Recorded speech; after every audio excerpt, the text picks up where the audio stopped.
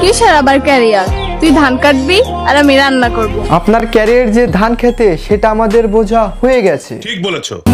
জান, বিয়ের পরে তুমি আর আমি মিলে এরকম একটা জমি কিনবো, পরে তুমি এই জমিতে চাষ করবা আর আমি টাইম টু টাইম তোমার জন্য খাবার নিয়ে আসবো, আর তুমি খেয়ে বলবো বাহ আমার বউটা তো খুব ভালো রান্না করতে পারে।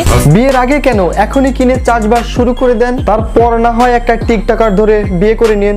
স্কুলের কথা বাদই দিলাম, আমার নামের দ্বিতীয় কাউকে এই বাংলাদেশে খুঁজে পাওয়াই মুশকিল। আপনি আবার স্কুলেও যান? আপনি তো ধান খেতে ক্যারিয়ার খোঁজেন। আপনার স্কুলে গিয়ে কি হবে? আপনি ধান খেতে যান। তোর মাথা নষ্ট। প্রতিটা মেয়ের বইয়ের ভিতরে একটা হলেও ফুল আছে, কি ঠিক বলছি না? ঠিক না ভুল দর্শক কমেন্টে বলবে। আর আপনাকে কে বলছে সবার বইয়ের ভিতরে ফুল থাকে? আমি বলুম না, আমার শরম করে। তোমার ভাইয়া আমার সাইয়া, ব্যাপারটা বুঝো নাই ভাইয়া।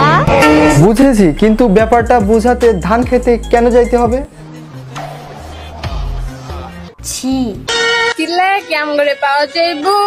আমগরে পাইতে হইলে আন্দোলন করতে হইব। যাদের বাসায় কাজের বুয়া লাগবো তারা আন্দোলন করতে পারেন।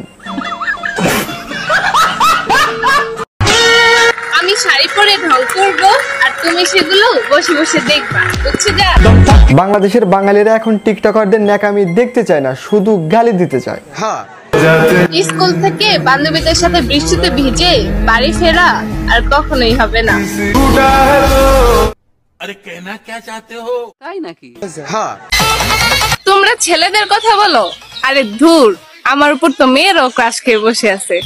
আপনাকে দেখে ছেলেরা ক্রাশ খাবে এটা আপনি ভাববেও না, কিন্তু মেয়েরা আপনার উপর ক্রাশ খাইতে পারে, কারণ বাংলাদেশের সমগামিতার পরিমাণ অনেক বেড়ে গেছে।